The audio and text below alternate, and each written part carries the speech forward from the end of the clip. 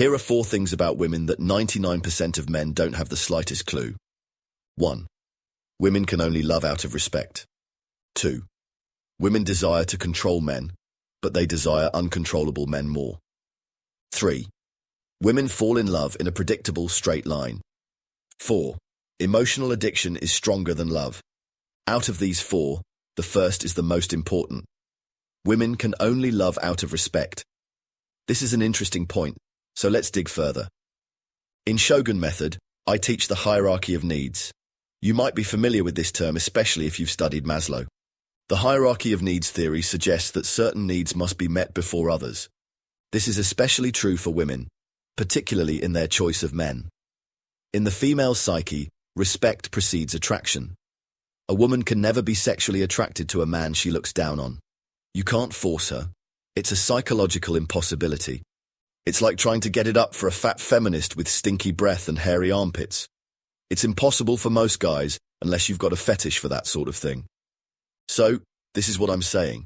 If she doesn't respect you, she wouldn't want to bang you, plain and simple. Sadly, most guys are clueless about this, and it's causing them to make the single biggest mistake a man can ever make with a woman. They put love before respect.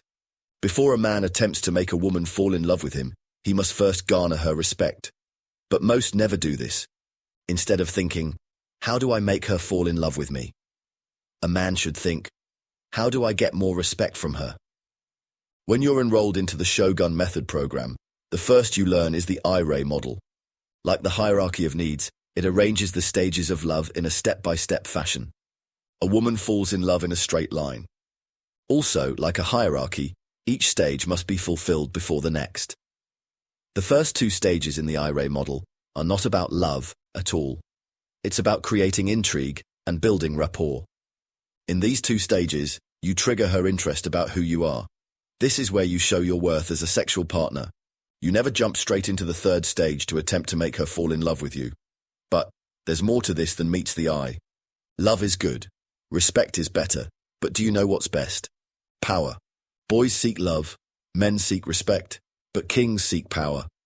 Ask the chump what he wants from his woman, and he'll tell you it's love.